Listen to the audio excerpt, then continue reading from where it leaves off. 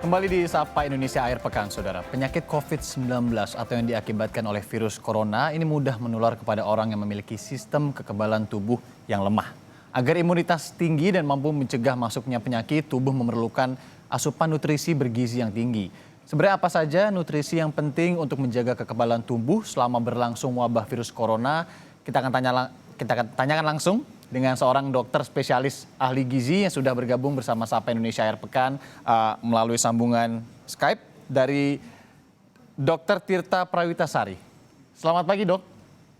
Selamat pagi. Ya, Dok, ini mau nanya dulu nih di awal. Sebenarnya benar nggak sih bahwa suplemen imun itu bisa untuk menangkal atau mencegah masuknya virus, utamanya virus corona nih ya, ke dalam tubuh kita gitu? Ya, jadi sistem kekebalan tubuh kita ini hanya bisa bekerja optimal jika bahan-bahan baku yang dibutuhkan berada dalam keseimbangan. Jadi kalau kita mau dia bekerja baik, maka seluruh komponen yang bekerja untuk membangun sistem kekebalan itu harus ada. Jadi kalau kita hanya memberikan satu, dua, atau sebagian saja dari komponen yang dibutuhkan oleh tubuh, maka sistem imun kita ini nggak akan bekerja dengan baik. Jadi basicnya harus berada dalam keseimbangan yang dibutuhkan oleh tubuh kita. Kalau keseimbangan itu apa aja tuh, Dok sebenarnya? Berarti kan nggak mungkin cuma minum let's say imun booster atau sering dibilang imun untuk suplemen untuk imun kekebalan tubuh aja. Ini berarti nggak bisa untuk sama sekali satu-satunya untuk menghindari atau mencegah virus kan, oke? Betul. Jadi poin pertama adalah status gizi kita harus baik, ya. Status gizi kita harus baik. Kita tidak boleh obesitas, kita tidak boleh kurang gizi. Kalau kita berada dalam kedua moda status gizi itu, kita menjadi kelompok yang termasuk yang rentan untuk mengalami penyakit infeksi karena sistem imun kita sudah pasti tidak berjalan dengan baik. Yang kedua adalah kita harus memiliki kecukupan komponen zat gizi mikro, ya. Komponen zat gizi mikro yang bermain dalam sistem imun kita itu banyak. Ada komponen antioksidan, vitamin C, vitamin A, vitamin E, kemudian ada mineral, zinc, ada selenium, kemudian ada yang lainnya ya, Fe bisa juga, dan masih banyak lainnya yang bermain dalam sistem imun itu. Semuanya itu harus ada. Semuanya harus cukup. Tubuh tidak menuntut kita untuk lebih, jadi ini harus banyak ketika kita lagi di masa seperti ini harus banyak gitu, supaya kita menjadi kebal begitu, tapi tubuh hanya minta satu, adakan semua komponen itu dalam jumlah yang seimbang, semua harus ada. Protein harus ada, cukup energi. Tidak boleh ada stimulasi yang membebani kerja dari kekebalan tubuh. Gitu. Ada efek tertentu nggak sih, Dok? Misalkan kita sudah merasa makanan protein cukup, olahraga cukup gitu ya, mau minum suplemen imun ini, tapi kita merasa bahwa biar lebih bagus nih efeknya minum 2 kali sehari. Ada dampak tertentu nggak sih kalau minum ini misalkan kebanyakan begitu? Atau baiknya seperti apa sih, Dok, minum suplemen imun ini? Yang dimaksud apa nih? Multivitamin atau Ya, semacam apapun, misalkan vitamin C. Kita kan sekarang banyak sekali dengar harus minum vitamin C nih sekarang gitu loh. Terus ya di lingkungan saya pun kayak oke lah kita minum 2 aja biar lebih kebal misalnya. Itu benar nggak, Dok? Atau gimana? Seperti yang sudah saya sampaikan, tubuh itu punya kuota yang dia butuhkan dalam keadaan dia normal. Ya, dalam keadaan dia normal, misalnya nggak ada challenge infeksi atau apapun, ya supaya dia bisa bekerja dengan baik, dia butuh apa yang dibutuhkan. Tetapi ketika dia dapat challenge, misalnya ada peradangan, ada infeksi lainnya, maka kebutuhan tubuh tentunya akan meningkat. Nah, kebutuhan tubuh yang meningkat ini kan bisa dipenuhi tidak hanya dengan suplemen kan, bisa kita penuhi dengan makanan. Jadi kalau dari makanan kita bisa makan banyak untuk memenuhi kebutuhan tubuh, ya berarti nggak ada masalah. Jadi suplemen, ya namanya juga suplemennya sifatnya adalah tambahan, diberikan pada saat kita membutuhkan. Jadi kalau kita nggak butuh, ya kita nggak perlu minum itu gitu. Nggak ada efeknya. Jadi bahkan ada beberapa vitamin yang sifatnya dilarut dalam lemak, disimpan dalam lemak, sehingga mudah sekali terjadi hipervitaminosis. Kalau dia terjadi hipervitaminosis, maka problemnya menjadi persoalan. Zinc yang kita konsumsi berlebihan, di luar dari kebutuhan kita, itu akan menyebabkan imunosupresan. Jadi yang kita butuhkan sekarang adalah memastikan tubuh kita cukup. Begitu. Intinya kalau berlebihan juga ini tidak baik. Dok, sebenarnya mau klarifikasi dulu. Kadang ada yang bilang minum vitamin C ini tidak boleh digabung dengan suplemen imun atau imun booster gitu. Apakah dua hal ini memang berbeda atau seperti apa, Dok? Eh, Kalau evidence-nya sih tidak ada ya, maksudnya melarang pasti ini nggak boleh dengan ini, nggak boleh dengan itu. Cuman kalau misalnya imun booster yang dimaksudkan misalnya mengandung komponen jahe misalnya, Oke. jahe bersama vitamin C memiliki sifat yang iritan pada lambung. Jadi kalau dia didobel kan berarti dia memberikan efek potensiasi begitu ya. Jadi mungkin itu sebaiknya tidak disatukan gitu ya. Atau ada beberapa hal yang sampai sekarang itu risetnya memang nggak firm gitu ya untuk imun booster ya. Ada yang bilang ini justru tidak baik bagi kesehatan dan yang ini justru tidak, penelitian lain bilang justru ini baik bagi kesehatan. Jadi menurut saya pada evidence yang belum jelas, yang kita sebelumnya tidak pernah mengkonsumsi dan kita tidak pernah ada bukti sebelumnya, ya kita nggak usah repot-repot untuk melakukan itu karena tubuh sebenarnya yang tubuh butuhkan itu adalah pada titik keseimbangan itu, pada kebutuhan dia itu adalah sekian gitu loh. Ketika kita memberikannya lebih, yang dilakukan oleh tubuh kalau itu vitamin B dan C dia akan buang kelebihannya, kalau itu vitamin A, D, E itu dia akan simpan di dalam tubuh kita gitu, dia tidak akan pakai gitu loh. Nah pada beberapa mineral kelebihan justru berakibat buruk.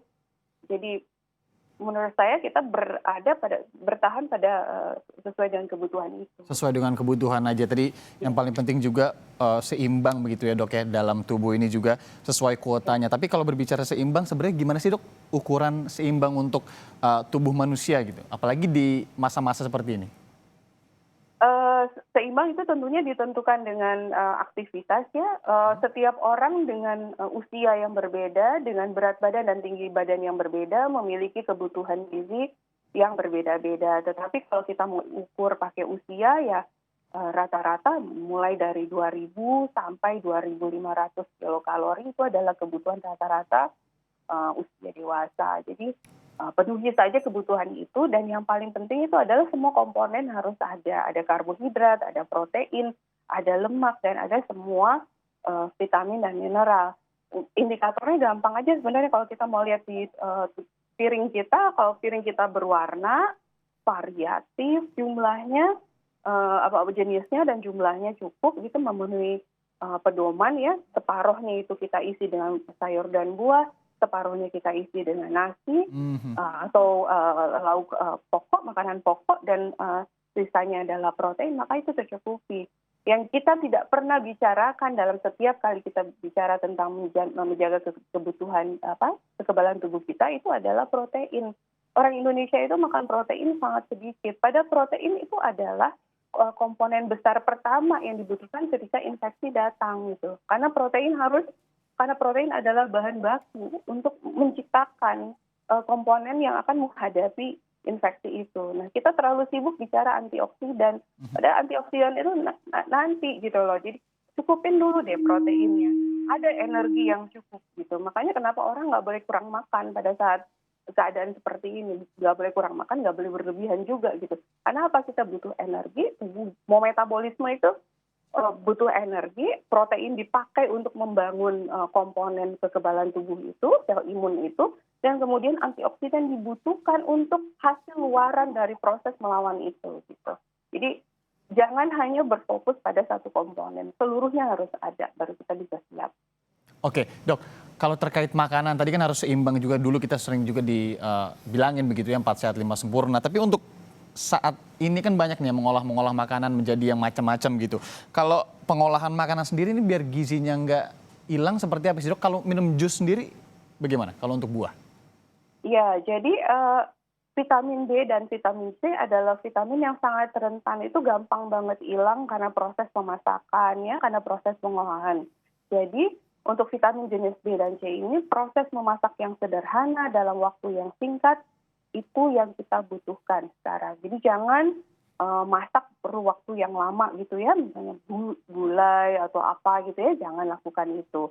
Jadi memakannya dalam kondisi mentah itu semakin baik. Cuman kalau kita mau memutuskan makannya dalam keadaan mentah, maka yang harus dipastikan adalah kebersihannya dan keamanannya, pestisida free, kemudian dia harus dicuci supaya nggak ada mikroorganisme lain yang ada di situ, ya.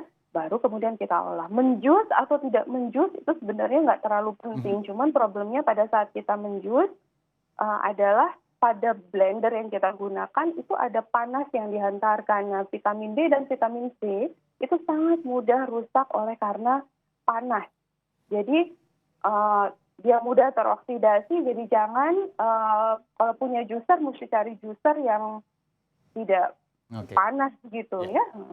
Nah dok, kalau berbicara protein tadi kan dokter juga sebutkan bahwa di Indonesia sendiri ini kurang begitu untuk mengonsumsi protein. Sebenarnya protein ini paling baik ini didapat dari mana aja dok kalau makanan? Paling mudah? Untuk saat ini karena kita membutuhkan zinc, maka protein yang terbaik adalah protein hewani. Jadi dari semua yang paling banyak kali zincnya itu adalah dari seafood, ya. Tapi mungkin kita nggak semua orang punya kemewahan untuk itu, faktor alergi juga banyak. Salah satu jenis makanan yang saya rekomen untuk ditambahkan sebagai penambah asupan protein itu adalah telur. Kenapa penting juga mungkin karena banyak masyarakat awam yang juga belum tahu begitu dok ya. Terakhir dok, kalau untuk vitamin C ini apa sih sebenarnya atau vitamin secara umum apa yang boleh atau apa yang tidak dok? Karena banyak juga beredar ini kayak di grup-grup WhatsApp karena membuat orang salah kaprah sekarang. Iya, kebutuhan vitamin C kita untuk harian sebenarnya nggak terlalu banyak ya, maksimal sekitar 75 sampai 100 miligram saja per orang untuk orang dewasa. Jadi sebenarnya kalau kita mau dapatkan itu dari buah-buahan itu bisa saja. Cuma karena tadi dia termasuk jenis yang mudah sekali kekurangan karena dia per hari gitu ya. Jadi yang benar-benar harus kita perhatikan memang adalah kedua jenis vitamin ini. Untuk vitamin A, D, dan E, karena sifatnya larut dalam lemak dan disimpan dalam lemak tubuh kita, maka kebutuhannya sebenarnya tidak perlu terlalu besar, tidak perlu juga harus dalam bentuk suplemen, begitu ya. Bisa kita penuhi, misalnya vitamin D bisa kita dapatkan dari matahari, vitamin A bisa kita dapatkan dari banyak makanan, dan vitamin E juga begitu, kacang-kacangan atau dalam kuning telur, begitu ya. Tetapi masalahnya sekarang di Indonesia ternyata lumayan tinggi nih orang yang mengalami defisiensi vitamin D. Padahal vitamin D itu penting banget untuk sistem kekebalan tubuh. Jadi saran saya untuk vitamin D mungkin boleh dipikir-pikir untuk menjadi sesuatu yang kita konsumsi harian. Pilih dosis yang tidak usah terlalu besar. Pertama kenapa? Karena dia disimpan. Ya, kalau kelebihan dia akan disimpan, dia tidak akan dikeluarkan. Jadi dosisnya nggak perlu banyak-banyak. Atau kalau Anda termasuk orang yang suka berjemur, ya berjemurlah begitu ya. Itu kalau udah manula rasanya berjemur aja nggak cukup sih, harus ditambah. Vitamin D juga penting. Dok, terakhir, selain emang apa yang akan kita konsumsi begitu, makanan, vitamin, aktivitas apa sih dok yang dapat menunjang kekebalan tubuh kita sehari-hari? Iya, aktivitas fisik sebenarnya juga merupakan sesuatu yang bisa menguras, ya, menimbulkan inflamasi, menguras antioksidan sebenarnya. Karena pada setiap kita beraktivitas, misalnya weight training atau apapun, kita akan tubuh kita akan mengeluarkan peroksidan, karena itu juga merupakan stres bagi tubuh kita gitu ya. Jadi saran saya untuk saat seperti sekarang, aktivitasnya lakukan apa yang sudah rutin kita kerjakan, dan tidak perlulah kita overacting menambahkan aktivitas fisik yang berlebihan ya. Jadi kalau biasanya cuma jogging 40 menit, ya lakukan saja jogging 40 menit itu. Jadi nggak usah overacting dengan jogging 40 menit, kemudian menambah weight training, menambah dengan ini, menambah dengan itu. Menurut saya itu sudah tidak terlalu perlu gitu. Karena pentingnya dari aktivitas fisik itu adalah, salah satunya adalah memberikan ketenangan, ya, memberikan kegembiraan, kebahagiaan, jadi rasa senang, rasa bahagia, positive feeling itu yang membuat sistem imun kita bisa tidak perlu bekerja keras. Jadi sistem imun kita kan bekerja keras, baik itu dapat tantangan dari luar maupun tantangan dari diri sendiri. Tantangan dari diri sendiri itu adalah stres, gitu kan. Nah, stres itu bisa datang dari aktivitas fisik, bisa datang dari kurang tidur, dan bisa datang dari misalnya Anda geriatri gitu ya, atau Anda manula ya, atau Anda seseorang yang obesitas. Oke, makanan-makanan seimbang, kemudian vitamin juga jangan terlalu berlebihan begitu ya, aktivitas juga Ya, seperti tidak biasa perlu, saja, Mas. jangan kurang tidur. Satu lagi ya dok, terima kasih Ya. sudah meluangkan waktu, memberikan informasi yang sangat informatif begitu dari sambungan Skype langsung. Dr. Tirta Prawitasari, terima kasih sekali lagi, dokter spesialis ahli gizi